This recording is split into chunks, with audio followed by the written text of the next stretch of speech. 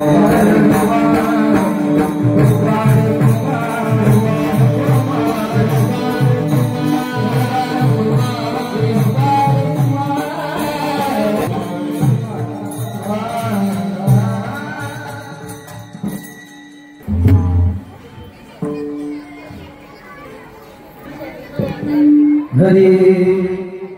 जय जय जय राम, जय जय राम, जय जय राम, जय जय राम। हरे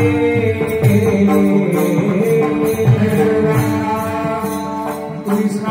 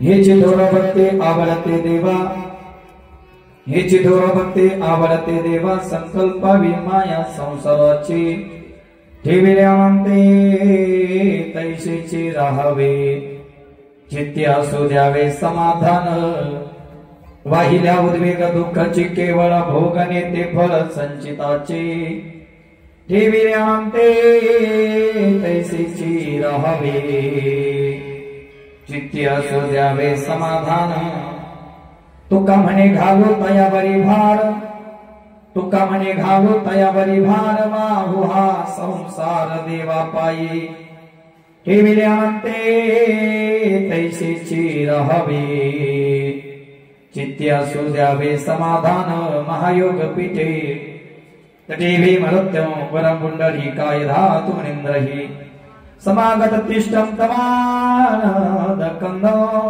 परब्रह्मलिंगो भजे।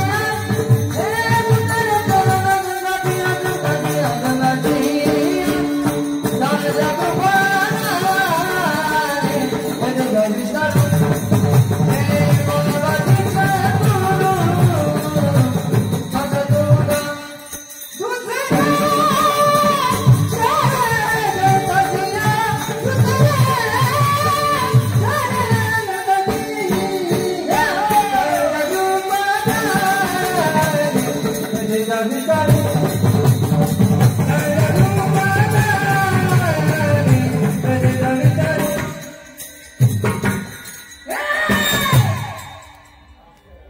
करू प्रथम मन दुसरे चरण संताची या त्यांच्या रोबादाने कथेचा विस्तारो बाबाजी सद्गुरु दास तुका सेवे लागी सेवक झालो तुमच्या लागलो निज चरणा अहो स्वामी तुकया देवा यावरी न करावा अव्यरू मस्तक ही पायावरी या बारकरी संताच्या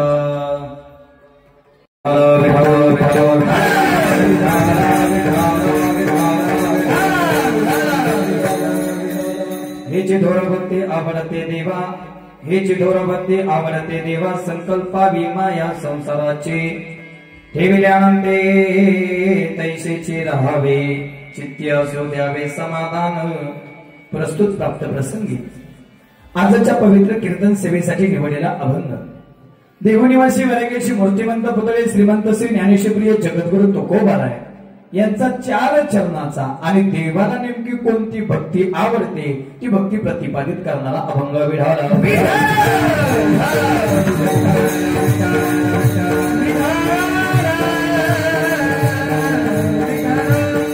पैकी अल्पसा परिहार द्यायचा तो म्हणजे असा आजचा हा भव्यदिव्य एकदिवसीय कीर्तन सोहळा किम निमित्त नाही कोणत्या कारणा नाही हे माझ्या पुढे बसलेले तुम्हाला सगळ्यांना चांगलं जरी माहित असलं तरी वाक्याचं प्रथम कर्तव्य ज्ञान अल्पसा परिहार देणं अगत्याचं समजून श्री विठ्ठल देवतान ट्रस्ट दारिम वन प्रति पंढरपूर मुक्काम पोस्ट दारिम तालुका दौंड जिल्हा पुणे आणि या ठिकाणी कार्तिक एकादशी निमित्त खऱ्या अर्थानं आज हा 4 ते 6 वेळेमध्ये चालू असलेला भव्य दिव्य कीर्तन सोहळा समस्त ग्रामस्थ आयोजक नियोजक संपूर्ण कार्यक्रम कमिटी यांच्या वतीनं संपूर्ण विश्वस्त यांच्या वतीनं हा कार्यक्रम मला देण्यात आला फक्त माझ्या हातात मोजून 1 तास शिल्लक आहे तेवढ्या तासामध्ये देवाला काय आवडतं हेच पटवून देण्याचा प्रयत्न करतो विढाला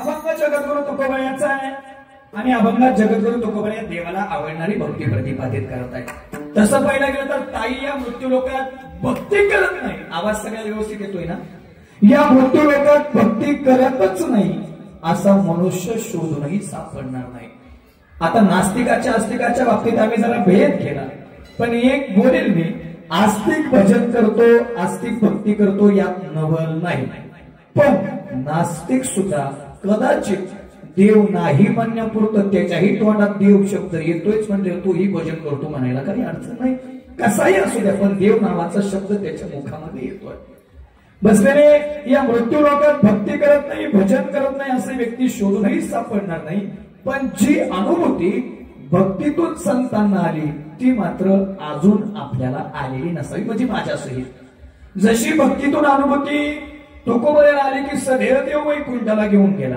बाबा जशी भक्तीतून अनुभूती ज्ञानोबाराय आली की ज्ञानोबाराय समाधी घेताना 15 दिवसानंतरचा प्रसंग आहे ज्ञानोबाराय समाधी घेताना जगाच्या मालकांना रडावं तसं अजून आपल्यासाठी डोळ्यात पाणी आलं नाही जसं भक्तीतून देव नागबाबाच्या घरी 36 वर्ष कामच करत होता श्रीखंड्यात चंदन गाळण करी बसे गंगा तरी दूत असे दत्त चोपदारी करीत असे किंवा कावरीने पाणी ज्या घरी चक्र पाणी वाहे अनन्य भक्ती भावी निळा वंदे त्याचे पाय बसलेले आहे का 12 वर्ष मिळून 36 वर्ष देवानं 3 कामं नागबाबाची केली घरी केली तसं अजून आपल्या घराकडे फिराकला नाही याच्याही पलीकडे जाऊन सांगतो जसं नामदेवरायाच्या हातातून देव जेवण करत होता दूध पित होता तसं आपल्या हातातून अजून देव सोडावं आपली बायको सुद्धा दूध प्यायची नाही घास खायची नाही देवाचं काय करून असतं म्हणजे जी अनुभूती भक्तीतून संतांना आली आहे ती अनुभूती आपल्यापैकी कुणाला आलेली नसावी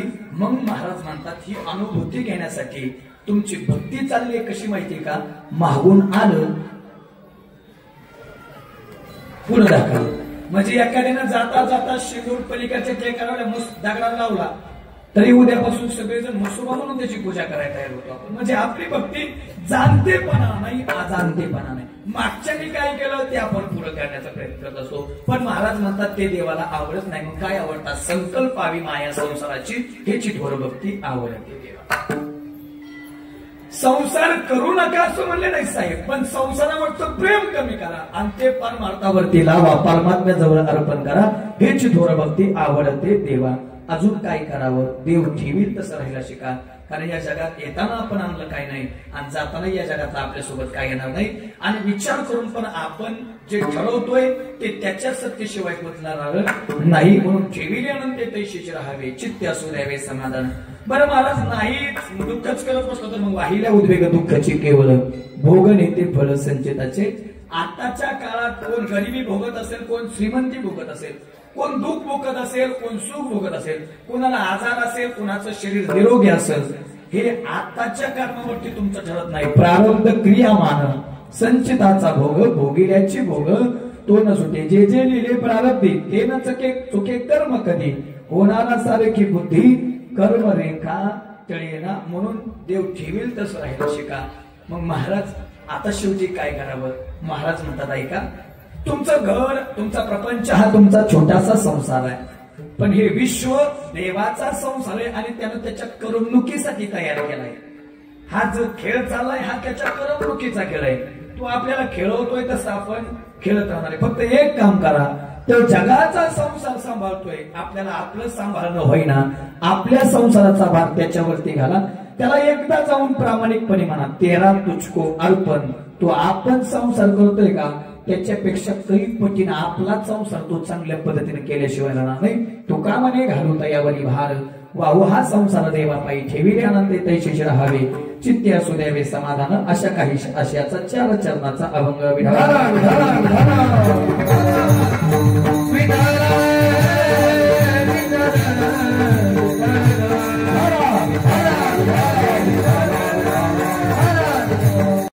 प्रथमदाच एका वेगळ्या भूमिकेनं अभंगाला हात घालण्याचा साथ घालण्याचा प्रयत्न करतोय. एकदा काय झालं साहेब,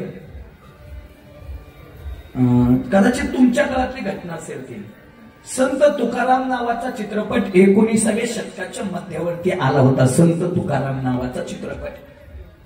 बाबा तो चित्रपट इतका गाजला की भारतातला पहिला चित्रपट होता जो भारतातच नाही तर भारताच्या बाहेर सुद्धा दाखवला गेला होता. कोणता? संत तुकाराम नावाचा चित्रपट. आता चित्रपट लय फेमस झाले, मध्ये सैराट आला, पोरं गायराट झाली, तो भाग सोडून द्या, मला त्याच्या बाबतीत बोलायचं नाही. पण एक सांगू जाईल, या चित्रपट सृष्टीने निर्माण केलेले भंगार सांगार चित्रपट आम्ही बघितले, पण हिंदू म्हणून जन्माला चालूय ना तर एकदा छावा बघितला नसेल तर बघून घ्या, कळेल माझ्या संभाजीराजाचं बलिदान काय, कळेल माझ्या संभाजीराजाचा त्याग काय. नाही तर आतापर्यंत राजाच्या बाबतीत बोलताना 2 शब्दात वर्णन केलं जायचं. एक तर राजा रागेर होता, राजा वाटल्या नाहीत आम्हाला. ज्या राजाने 39-40 दिवस मरण हातात धरून एकदाही चुकला नाही, एकदाही नमला नाही, आदित्य महाराज तो राजा रंगेला असेल कसा? जरा टोकाचं बोलू. फक्त त्या चित्रपटात थोडी भूमिका चुकीची दावली असं त्यांचं म्हणणं आहे. त्यांचं म्हणणं आहे औरंग्याच्या छतारात लाथ घातली नव्हती संभाजी महाराजांना. तुम्ही म्हणा डायरेक्ट माझं काही चुकताय काय देऊ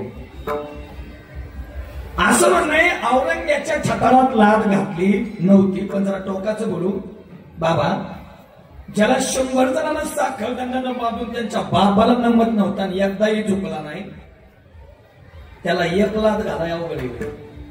माझं तो म्हणणं EQ नसेल बघितलं, 5-50 तरी माझ्या तरी बेग व्हायला दिले असतील. जरा टोकाचं बोलू अजून. जर छत्रपती शिवाजी महाराजांचं एवढं आयुष्य त्यांच्या मुलाला म्हणजे धर्मवीर संभाजी महाराजाला मिळालं असतं तर बापापेक्षा पोराचा इतिहास लई डेंजर असता.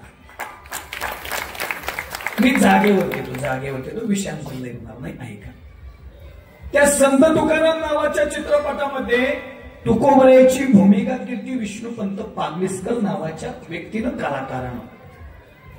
विनेकरी बाबा पोशाख तुकोबऱ्यासारखा आहे, पगडी तुकोबऱ्यासारखी, दिसणं तुकोबऱ्यासारखं, विना खात्यावरती तुकोबऱ्यासारखं आहे.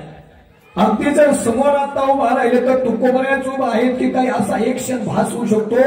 इतकं अप टू डेट त्यांचं स्वरूप रेखाटलं गेलं होतं त्या चित्रपटामध्ये. कोणता चित्रपट? लक्ष देऊ नाही का, लय जाणीवपूर्वक शब्द उच्चारतोय कीर्तनात. तो चित्रपट गाजल्यानंतर त्या चित्रपटाचे डायरेक्टर त्या चित्रपटाच्या भूमिकेचं मानधन घेऊन त्या विष्णुपंत पागनीसकरांकडे आले. म्हणजे जसं आता तुम्ही माझ्या कीर्तनाचं देणार आहे तसं. साहेब 1 लाख ठरले असतील तर 2 लाख भरले होते. म्हणजे आपलं केला इशारा जाता जाता 1 लाख ठरले असतील तर किती भरले होते? 2 लाख. विष्णुपंत हे तुमच्या भूमिकेचं मानधन आहे, तुमच्या पुढे आहे. नको आहे. अहो मला माहिती चित्रपट गाजलाय, अपेक्षा वाढली असतील. 1 लाख ठरले होते, 2 लाख भरले. खुश झालो. तुम्ही भूमिकाच त्या ताकदीची केली. नको आहे. 3 लाख देतो घ्या. नको आहे. अहो 4 लाख देतो घ्या. अहो नको आहे.